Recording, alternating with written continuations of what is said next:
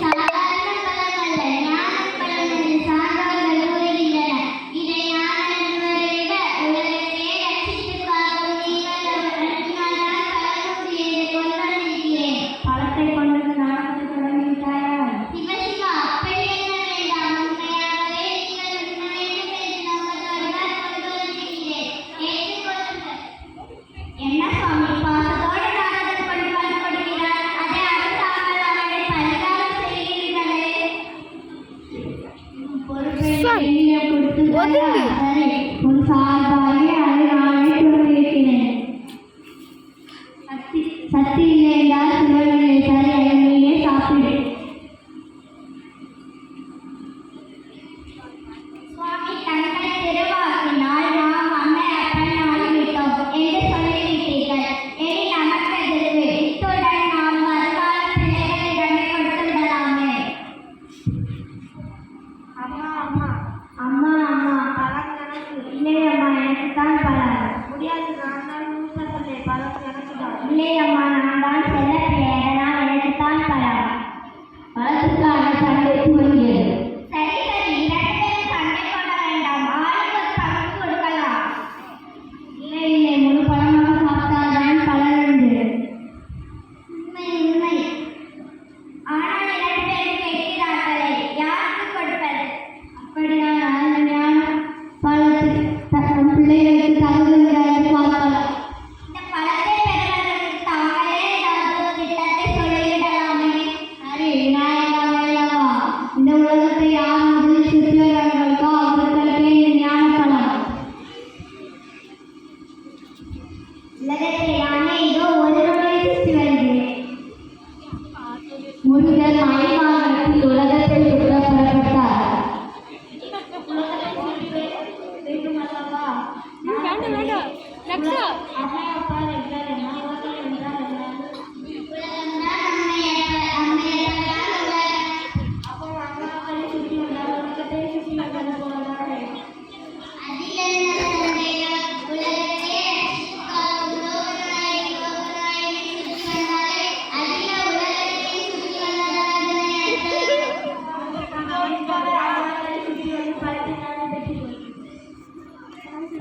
விநாயகர் ஞானத்தை பயன்படுத்தினார்.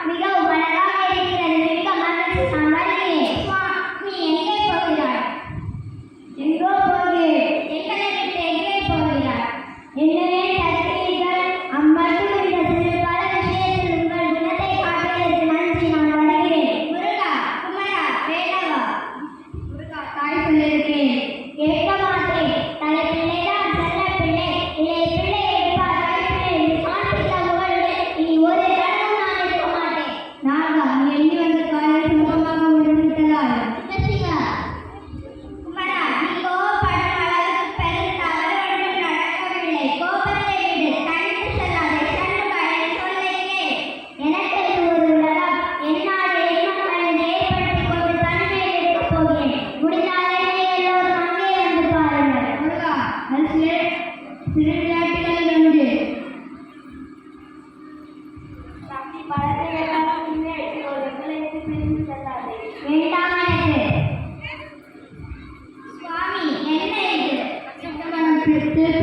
பிள்ளைகளும் கல்லு என்று உதாரணமாக காட்டி உருவாக செல்கிறார். கைலாசத்தில்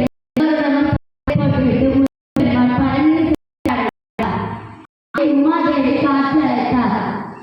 அவர் முருகனிடம் சிவனின் திருவிளையாடல்களில் சிலதை கூறி முருகனை சமாதானப்படுத்தினார். அதை கேட்டு கணேசனும் சிவனும் அங்கே தோன்றினர். நால்வரும் கைலாசத்திற்கு திரும்பினர். நன்றி. நன்றி. வெற்றிவேல் முருகனுக்கு, வீரவேல் முருகனுக்கு, சக்திவேல் முருகனுக்கு.